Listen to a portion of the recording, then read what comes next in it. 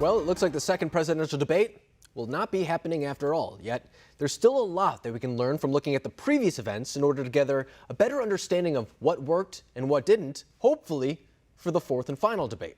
So one issue that has come at both of the events is the issue of the climate and energy, with Democrats focusing on the prior issue and then Republicans pivoting to the latter. Here to help us make sense of these arguments is Alex Flint, the executive director for the Alliance for Market Solutions. So, Alex, Senator Kamala Harris, she was pressed on her support for the Green New Deal at the last debate. I want to play that clip and then get your response. So let's take a look. But Vice President Biden said in last week's debate that he does not support the Green New Deal. But if you look at the Biden-Harris campaign website, it describes the Green New Deal as a crucial framework. What exactly would be the stance of a Biden-Harris administration toward the Green New Deal? You have 2 minutes uninterrupted. Sure. So first of all, I will repeat, and the American people know, that Joe Biden will not ban fracking. That is a fact. That is a fact. I will repeat that Joe Biden has been very clear that he thinks about growing jobs, which is why he will not increase taxes for anyone who makes less than $400,000 a year. So, Alex, you didn't exactly answer the question as far as the support for the Green New Deal. Is that because politically it just isn't there for the average American? Well, the truth is, it was a terrific example of her having to backpedal as fast as she possibly could. You know, early on in her career, she embraced the Green New Deal. She thought she was going to pursue the sort of the left side progressive path to the presidency. And it turned out that path doesn't exist to the presidency. It's backfired on her. That's why she's on the vice presidential stage rather than having a debate with President Trump on the presidential debate stage. No, I think you're exactly right. And I think it's something, too, that Vice President Mike Pence did a very effective job at kind of showing the other side of the issue on, because it's become clear that Joe Biden and Kamala Harris have now pivoted back to the center a little bit after taking a more of a progressive stance during the primary. That's naturally how things go. But Vice President Mike Pence, he took the climate issue, as we were saying, and then focused on the economic consequences of what a Green New Deal could mean. So here's what he had to say when he was pressed on the issue. And President Trump and I believe that the progress that we have made in a cleaner environment has been happening precisely because we have a strong free market economy. You know, what's remarkable is the United States has reduced CO2 more than the countries that are still in the Paris Climate Accord, but we've done it through innovation, and we've done it through natural gas and fracking, which, Senator, the American people can go look at the record. I know Joe Biden says otherwise now, as you do, but the both of you repeatedly committed to abolishing fossil fuel and banning fracking. So, Alex, on one hand, that is almost a direct plea to the people of Pennsylvania and Ohio, for example, when it comes to fracking. But I think there also is a climate change perspective to be made when it comes to natural gas, for example, as opposed to burning coal or fuel or something like that. Do you think that's the right approach for Republicans to take? Oh, it's absolutely the right approach. I mean, what the vice president is doing is leading with economics. That's our strength. And the real challenge for us is we have to think about the climate discussion and its economic consequences and what are the serious economic proposals that can respond to the need to have a credible position on climate. What he's done is it's good in Pennsylvania. It also happens to be true. And the fact that the price of wind and solar, and particularly natural gas, have fallen so much over the last several years has reduced the price of electricity. It's allowed for the economy to boom in the United States. And that's a very important policy agenda that we have to continue to pursue as we deal with climate issues. And when we talk about fracking, too, is it a cleaner form of energy or a cleaner way of just, I guess, getting fossil fuels in some way than the typical practices that we normally talk about? Well, look, the truth is we have to have electricity because it improves life expectancy and quality of life and all these things. I mean, it's an underpinning to the U.S. economy. Sure. The real question is, how do we generate that electricity? Natural gas has significantly expanded the portion of the electricity that it generates in recent years. And as a result, CO2 emissions in the electricity sector have fallen substantially.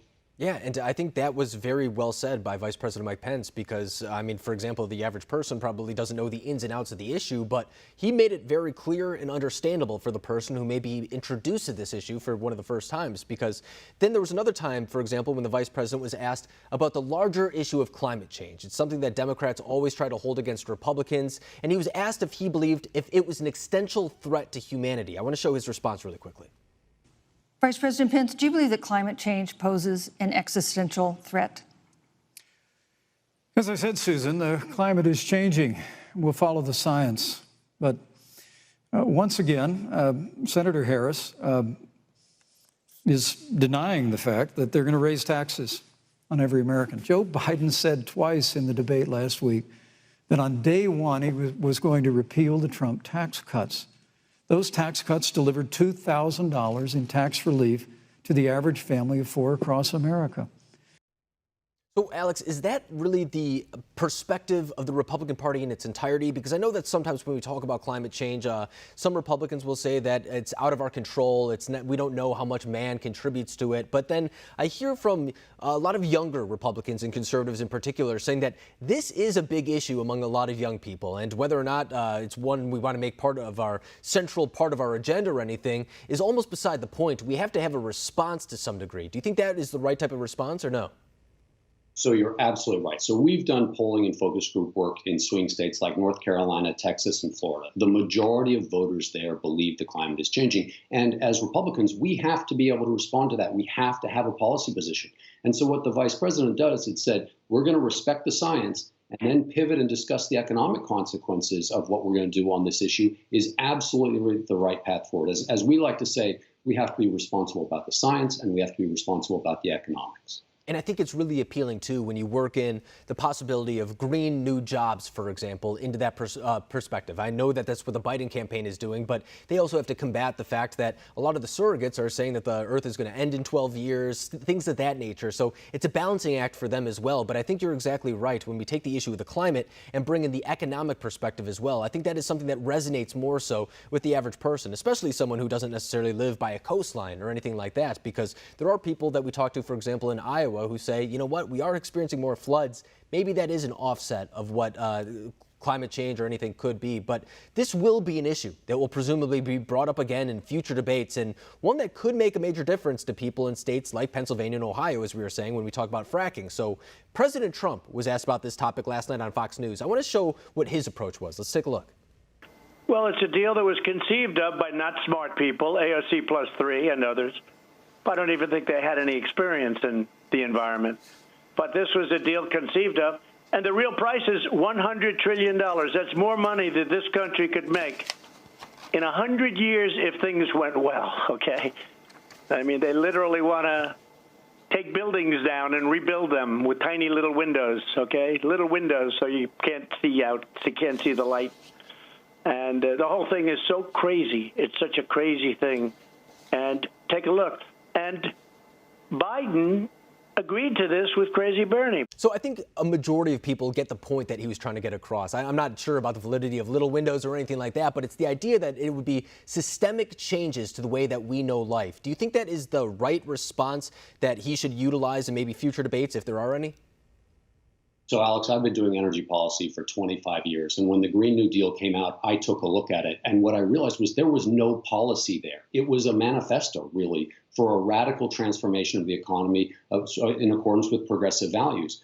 There wasn't any energy policy substance there. So it then became incumbent upon the rest of us to say, what does this really mean? What are the consequences of this? And whether it was what would happen to hamburgers or airplanes or trains or automobiles or building efficiency standards, it was the Green New Deal advocates never defined what that was. So the president says it could be the following things. Well, the bottom line is, it's been debunked. It's not working. The country is not going to move that far left.